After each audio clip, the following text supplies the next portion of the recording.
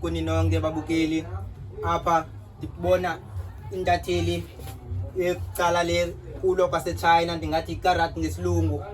Ubhuti igama nguAthenkosi Mncinindo ngokokuhlala uhlala eGoda iminyaka ubonakala ngama-23.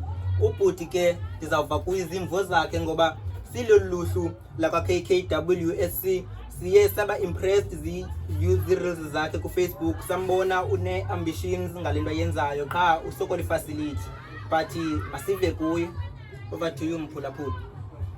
Ya maniqale ndibulele kwababukeli kwamakhaya ngamakhaya kwindawo ngendawo kwi-platform zonke. Ya igama lam ke nguAthenkosi Mncinindo aka bandibiza uTabravo. Yeah, because Tabravo i-idol yam but he passed away. Yabona, yeah, sure. Yeah. But ke as time is going yabona ndiye ndabona ba ndibonile ke ba makhe niqale yenze into nje encinci apha on social media apha ku-Facebook ngamanye amagama ndakhe ndababonisa ndazama ukwenza into ebusiChina kanje yabona ndikhe ndothusa abantu ya ke ndibonile ke ndiye ndafumana ii-views ndafumana ii-views but ke le nto mna kum ndibala khe yenzeke yabona wena bhuti andibala khe yenzeke wena khe inyuke le nto. Bhuti wam ke ngoku kule nto uyiqala nini le nto?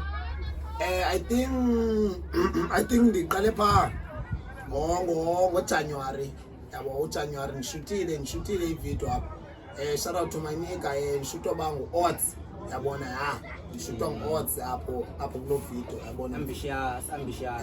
Ndishutwa ngu-Odds but ke ndishutile laa video yokuqala abantu bacela uba mandikhuphe neyesibini. Bacela uba mandikhuphe ngeyesibini. Ndaqonda ke eyesibini izayikhupha phaa ngoFeb, nge-2 zikaFeb wena bhuti wam. Hey bhuti, ndingumntu ondwebileyo ungandikabi. Yima ubheke eChina kulaa ndawo ndiyabona uba kuyanetha neseChina phakathi. Uqonde mawutravelishe uyobona kule ndawo bawela uba udlala isport sayo. Kona bhuti wam inyaniso iyabaweleka. Ndiyabawela nyhani ukuya eChina uthetha inyani. But ke phaya ndiye ndahlanganisa le nto nditshoyo uba shout out to my nigga u-Odds yabona uye wa-editha ke izinto kusaba ngathi siseChina nyhani ke phaa.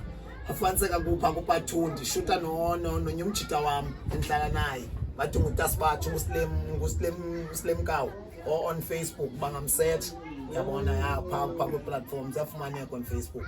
Sesayishuta ke laa video qha ke kwafumaniseka ngenxa yexesha ngokuba afuna siphinde sidrobhe yesithathu but ke asiyazi ke bhuti wam asenze njani. Ke ngoku uSlim lona yena ungumntu onjani, ungakho usicacisele ngaye uba yena noko akaxhaphakanga kodwa ke simbonile kula kweza foto bekhona nakweza video and nguSensi ibonakala uba yi-Godmaster nguye ogood kule nto uyabona bhuti wam.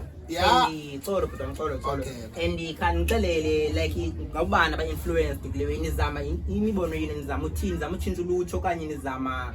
Okay, yabona makhe ndithi uSlim eziba ndihleli naye yabona elixesha lide kangaka ndiye ndabona uba umjita most of the time ke ngumjita othanda i-kung fu yabona siyahlala every time hleli nayo uyathanda undibukelisa i-kung fu. Ndiqonda uba yazinika one day babe sinoba khe sibabonise le nto singayenza man, mhlawumbi ulutsha lungabona something apha kuthi yabona. Ke nathi ke sikhe sivule enye idrop yekarati yabona for the sake of i-self defense ngoba uyabona aba siphila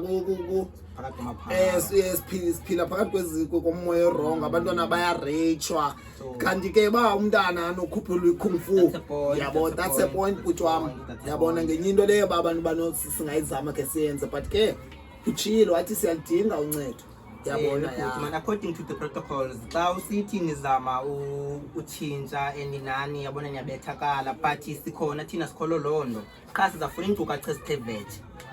Bhuti wam ndicela ubuza wena ungabe uyalisebenzisa icuba okanye uyalisela utywala okanye kwenzele singazobhidana unganuka amavumba rongo?